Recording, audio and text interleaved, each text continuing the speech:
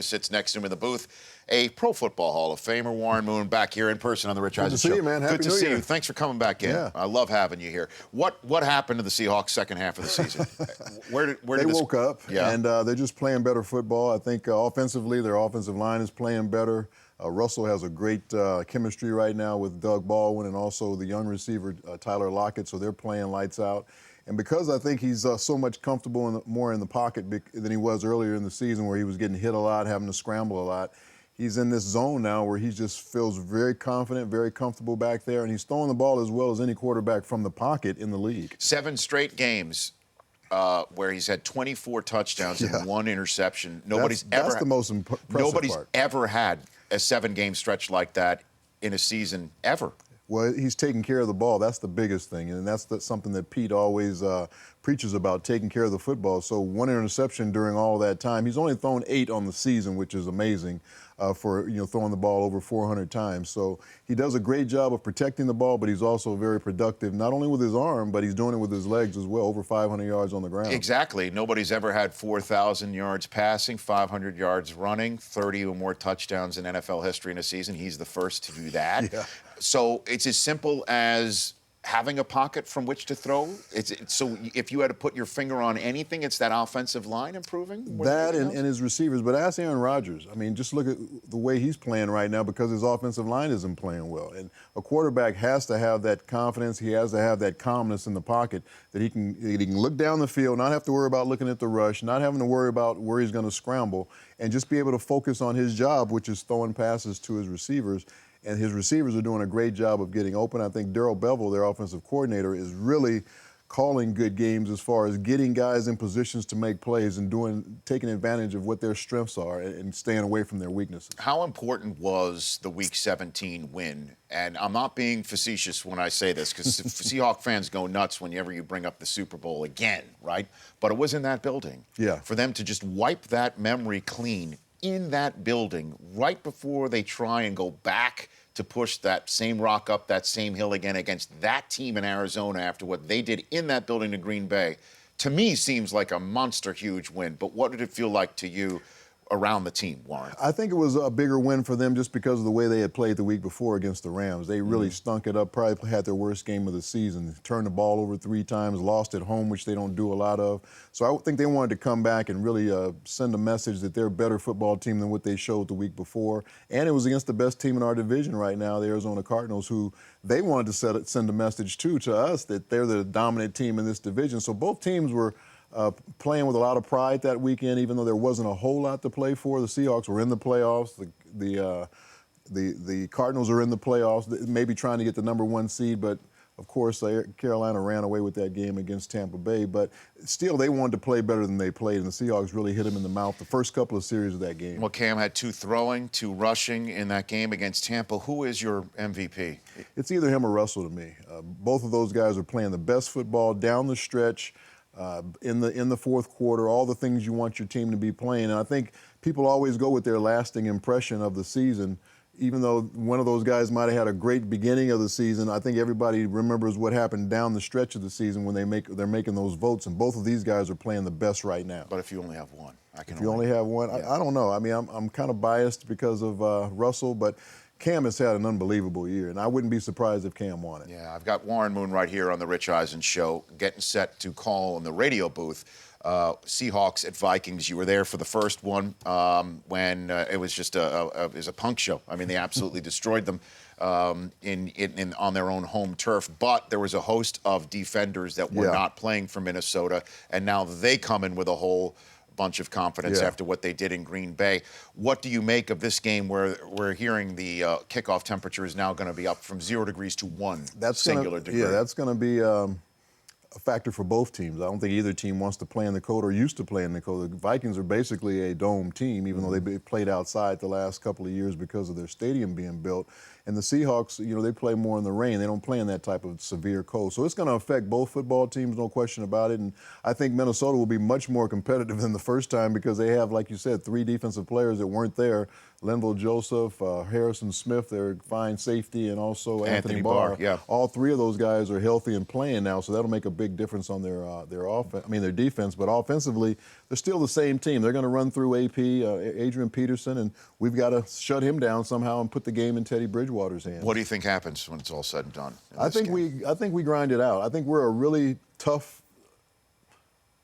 playoff-tested, road-tested football team that knows how to play in those big games. We've got a lot of players with that pedigree that have been there before. And you go back to 2 Super Bowls, and they also had a great run in the playoffs the year before. These guys know how to play playoff games, where Minnesota, this is kind of their first time around. What is the intangible when you're a young team and you see the 2-time defending conference champs across the field? Is there an intangible?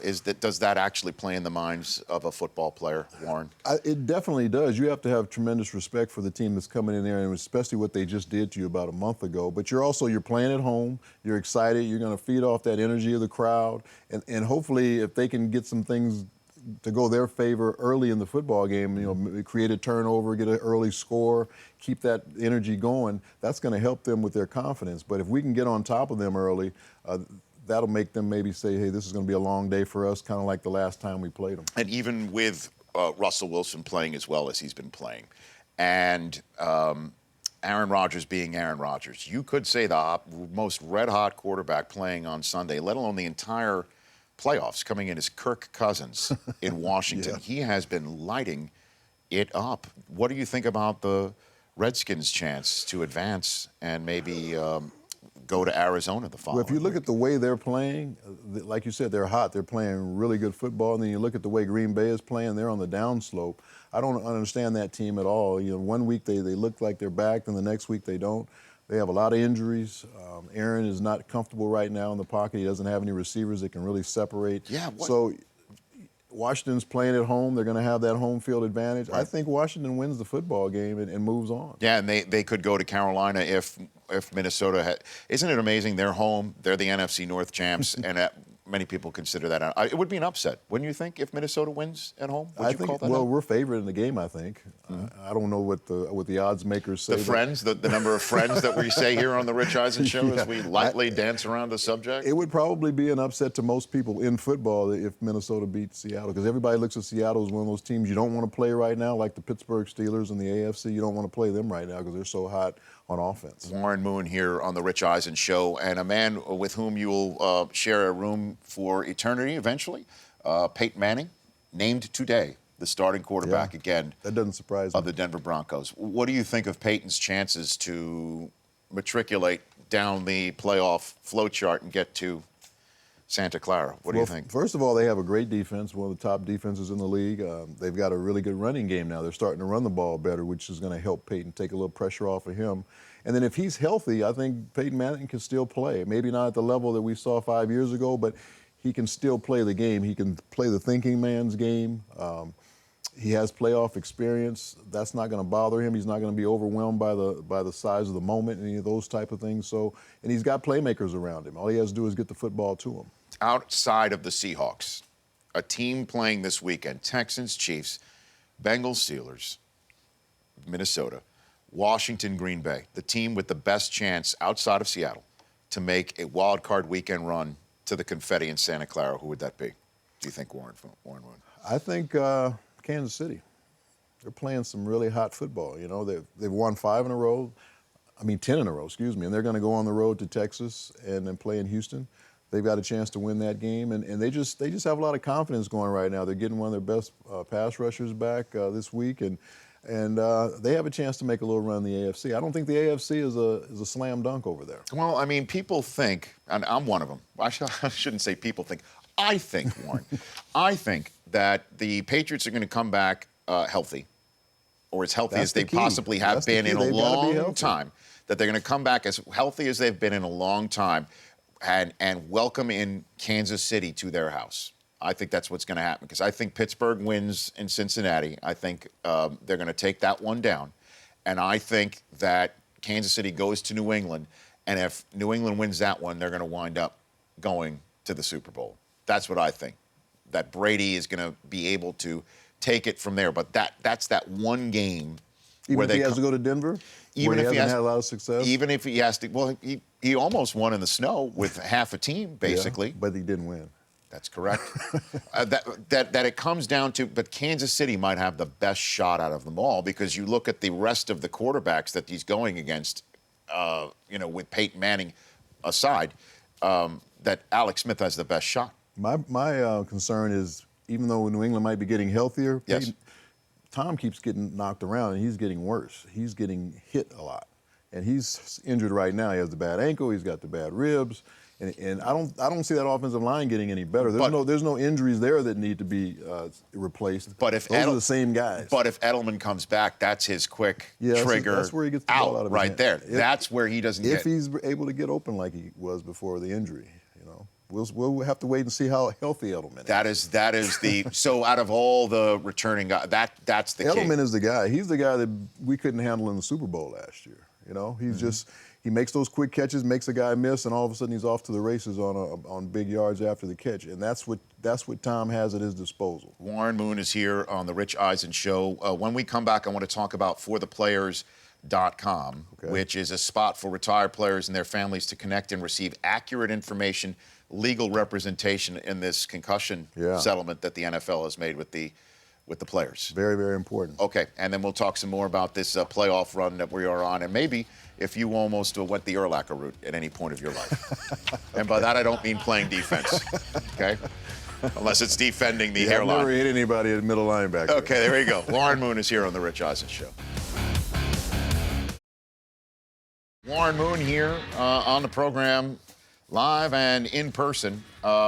When you went into the Pro Football Hall of Fame, now, I heard a story, because I was the MC of the event. Yes, you were. Okay? Because this was before there was a whole big to-do. I probably shedded some tears on your jacket. It was quite a moving moment when you showed up, but you didn't know if you were getting in or not. Right. I heard a rumor that you were driving around the perimeter of the city, that you were either going to go to the airport or the... No, I was going to be there because the Seahawks were in the Super Bowl. And I was calling the game. Okay. And I was told to come down there to the press conference because there was a likely chance I might get in. And my response was, I don't want to be down there if I don't get in, because that'll be the most embarrassing place to be, thinking that you're going to be inducted and all of a sudden it doesn't happen. Right. So I was reluctant to do that, but I was actually on my way to the hotel to where the press conference was going to be as I got the call in the car. And you got a call from Joe Horgan of the Pro Football Hall of Fame saying you're in. Well, I actually got a call from a secretary at the NFL when I was trying to get some passes for a Super Bowl party, believe it or not, for some friends of mine who were visiting. Yes. And he couldn't get through to my line because I was talking to her. And then she tells me, oh, congratulations, I just heard you got inducted. And I'm like, nobody's told me that. And so then finally I got the call. The next call came. And that From was Joe? Call. Yeah, but she told me first. Did you get the passes that you needed? I got the passes that I needed, Very and good. I almost wrecked my car because I lost it on the road. It emotionally hit my wife you? had to take the wheel of the car, and we were driving through snow, believe it or not, on the way because it was snowing in Detroit at the time. And I just burst into tears. No kidding. Oh, yeah. So tell me about fortheplayers.com, Warren. What's this website all about? It's a website that we developed through a law firm that I'm working with in Houston by the name of Hurd and Robbins. And they represent me in this concussion settlement because I had 6 concussions, but I don't have any symptoms from it. You don't. No, You don't feel but them. I definitely have to go through the medical process of getting a baseline test to see where I am now, because if I do get symptoms later on, then I'm going to be able to get compensation from it. And I think a lot of players don't understand that even if they don't have any symptoms right now, they can still qualify for this later on down the line if they do develop some symptoms, but they have to get this paperwork done in a certain amount of time. When this appeal is final, they have 6 months from the time this appeal is final to get all their paperwork and all their medical work in order to get their compensation. And there's different levels of symptoms. So there may be some players who don't know that there's a finite amount of time once this settlement becomes final to get tested and get all the paperwork in, Right. because if they don't do that years from now, if they suddenly say, I have symptoms, they will not be allowed to get into this money pool? Is what you're saying? Exactly. They will not get any money from the settlement after that 6-month period window closes. And I want to make sure players are aware of that their families are aware of that. There's a lot of players out there that think they're going to get a check and sit in the mail just because they've had concussion symptoms. There are players out there that think because they've never had a concussion that they're not going to get anything from the compensation, and that's all false. That's why we developed this number and this website. The number is 844-84-PLAYERS, and then the website is 4players.com.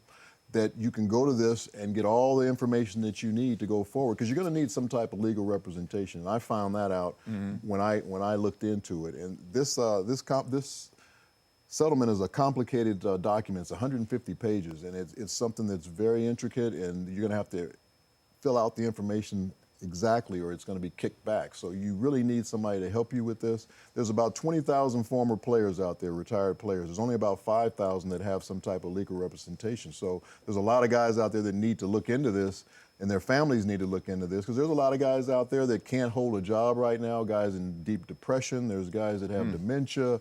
There's guys that some of them can't find their way around driving just because of some of these symptoms that they've received from playing the game. So you want to make sure these guys are taken care of, because a lot of them can't afford the medical costs that they're having to deal with right now. And this compensation is there for them, but the league isn't going to tell them how to do it.